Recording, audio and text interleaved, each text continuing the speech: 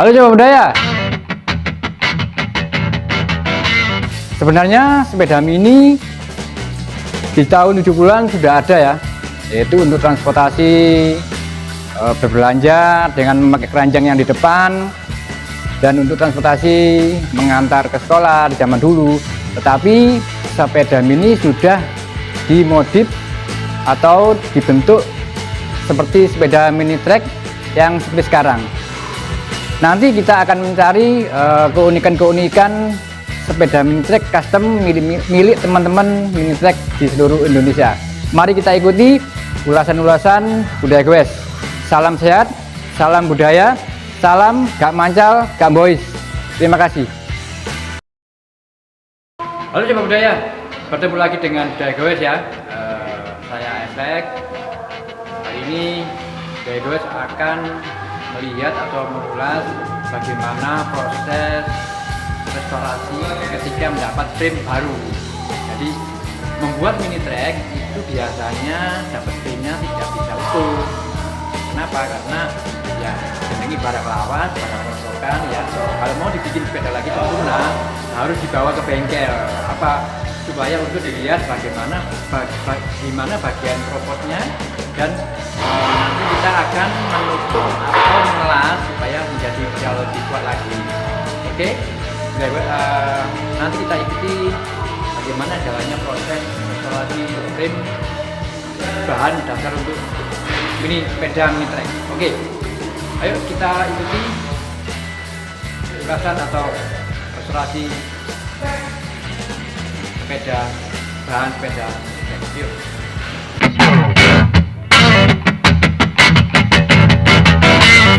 Ini kita mulai dari set post ukuran 25,4, yaitu framenya Deki Garuda. Ini proses pembesaran lubang set post. Nah, ini sedang diolah supaya bisa masuk ke dalam. Nah, ini dibesarkan ukurannya menjadi 27,6 bisa, 4 bisa, supaya bisa masuk sekop sepeda motor ya, bisa stainless, bisa skok yang lain supaya bisa masuk, tapi ukurannya harus sesuai dengan besarnya itu, yaitu dirubah jadi 27,4. Kemudian kalau yang 25,4 itu biasanya sulit sekali ya. Oke, sekarang kita ke bagian yang lain. Oke, ini yang lain ya. Tadi kan setelah masuk ke set postnya, ternyata set postnya nggak bisa keluar, artinya teket. Nah, ini berusaha untuk dilepas ya, memakai seperti engkolan ya. Nanti itu dilas, kemudian nanti dibalik, terus kemudian diputar-putar supaya untuk mengeluarkan set post yang tertancap di ragangannya atau frame-nya. Ini kayaknya sulit sekali ini. Nah, kemudian prosesnya begitu, diputar-putar nanti supaya bisa keluar. Nah, ini oke, nanti kita ini ke bagian selanjutnya. Oke ya, ini tadi kan sudah keluar, jadi sekarang ke bagian selanjutnya. Nah, ini proses ini mengukur freehub yang masuk ke frame-nya atau arm belakang. Nah, ini melihat keseimbangannya supaya sama, supaya nggak menggok atau supaya tidak menceng. Nah, ini di center, artinya biar lurus. Nah, ini diukur kiri kanan berapa. Nah, supaya kalau dipasang roda itu biar nyaman, biar enak. Nek frame-nya center, sepedanya pasti enak gitu. Oke, kita lanjut ke bagian selanjutnya.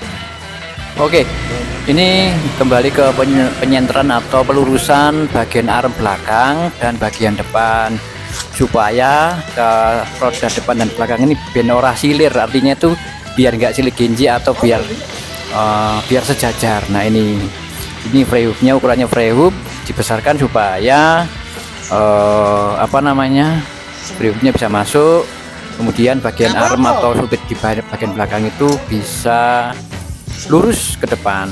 Nah, ini frame deki seperti itu. Nah, frame itu gak mesti oleh yang sempurna. Nah, jenenge barang rongsokan, barang apa namanya, barang bekas ya, itulah. Oke, kita kembali ke bagian selanjutnya. Ini ke bagian lain ya, bagian arm pengecekan di bawah rumah BB. Nah, ini ya kebanyakan frame-nya itu keropos, tapi saya untungnya keroposnya tidak terlalu banyak. Ini penambalan rangka yang keropos. Nah, itu supaya biar sempurna. Untuk pemasangan untuk supaya kuat lah gitu. Oke, kita ke bagian selanjutnya. Ini selanjutnya ya, setelah ditutup semua dengan las kuningan, kan masih geronjal itu, masih banyak tonjol-tonjolan. Nah, ini proses penghalusan supaya rapi, dibentuk sesuai dengan frame aslinya. Nah, ini supaya rapi ya. Pemolesan juga perapian bekas-bekas las. Oke, kita ke bagian selanjutnya lagi. Nah, ini pemolesan lagi setelah sebelah kanan, sekarang sebelah kiri. Jadi penghalusan atau pembentukan setelah dilas. Nah, ini apa namanya, dirapikan supaya kalau dicat bin orang geronjal, bekas cat, bekas las-lasan itu kadang-kadang mempengaruhi warna cat atau pengecatannya. Oke, kita ke bagian selanjutnya lagi. Oke, kita kembali ke seat post lagi ya. Ini kayaknya waktu dipasang lagi dipastikan ternyata seat postnya masuk lagi tapi nggak bisa keluar. Nah, ini dimasukkan lagi, dipanaskan lagi, kemudian didinginkan pakai air supaya nggak panas. Biasanya kan ini dipanaskan kan terlalu panas, kalau dikeluarkan nggak bisa keluar. Oke, kita ke bagian selanjutnya lagi. Oke ya, kita panaskan lagi ya. Ini kayaknya kurang yakin ya untuk memasukkan lubang seat post yang ukuran 25 ke ukuran 27,6 lebih besar. Nah, ini dipanasin dulu nih supaya seat post atau tangkai seat postnya itu biar bisa masuk. Nah, ini panaskan depan, bagian kiri, kanan. Nah, ini coba dimasukkan supaya, nah itu dipanasin lubang-lubangnya ya. Jadi semuanya merata, ini panasnya kayak merata banget. Nah, itu ya, panas terus sampai ledeh. Nah, ini coba dimasukkan. Iya, akhirnya bisa masuk ya. Nah, ini dibesarkan sedikit supaya seat postnya bisa lancar atau masuk ke dalam rumah.